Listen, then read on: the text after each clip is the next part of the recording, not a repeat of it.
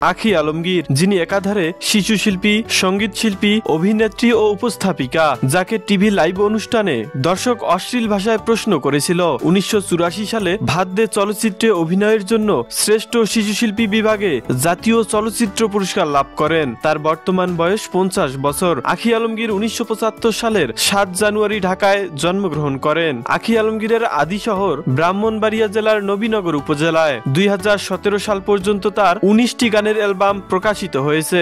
বহুমুখী প্রতিভার অধিকারী আখি আলমগীর সর্বমহলে সঙ্গীত শিল্পী হিসেবে পরিচিতি লাভ করেছেন। তার পিতা বাংলাদেশের নন্দিত কিংবদন্তি নায়ক ও অভিনেতা আলমগীর এবং মাতা গীতিকার খসনুর আলমগীর। বাংলাদেশের কিংবদন্তি সঙ্গীত শিল্পী রুনা লায়লা তার সৎমা। যদিও রুনা লায়লার আলমগীরের সাথে বিবাহ বন্ধনের আগে আরো দুটি বিয়ে হয়েছিল। চিত্রনায়ক আলমগীরের এটি ছিল দ্বিতীয় বিয়ে এবং রুনা লায়লার তৃতীয় বিয়ে। সঙ্গীত শিল্পী হিসেবে প্রতিষ্ঠিত হলেও শোবিজে আখি আলমগীরের